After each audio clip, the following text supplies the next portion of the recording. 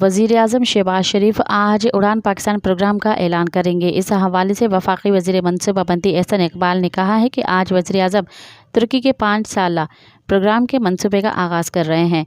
ये मंसूबा पाकिस्तान को पायदार तरक्की की राह पर डालने में मददगार साबित होगा। पाकिस्तान को इस वक्त मुआशी चैलेंजेस दरपेश हैं। हुकूमत ने मुआशी चैलेंजेस से निपटने के लिए फौरी इक़दामात के लिए पाकिस्तान को मुस्तकिल बुनियादों पर तरक्की देने के लिए लॉन्ग टर्म ग्रोथ पर अमल दरामद करना चाहिए। एहसन इकबाल ने मज़ीद कहा कि जब भी मुस्लिम लीग नून की हुकूमत आई, हमने मुल्क को खुद मुख्तार बनाने की कोशिश की। विजन 2010 और 2025 बनाया। सियासी अदम इस्तेहकाम ने मंसूबों पर अमल दरामद न होने दिया। अब फिर हम 5 साल मंसूबे से एक पायदार तरक्की की बुनियाद रखने जा रहे हैं। मज़ीद ख़बरनि ऐं तफ़सीलात लाइ विज़िट कयो असांजी वेबसाइट www.awamiNewsHD.com ऐं ॾिसंदा रहो अवामी न्यूज़ HD।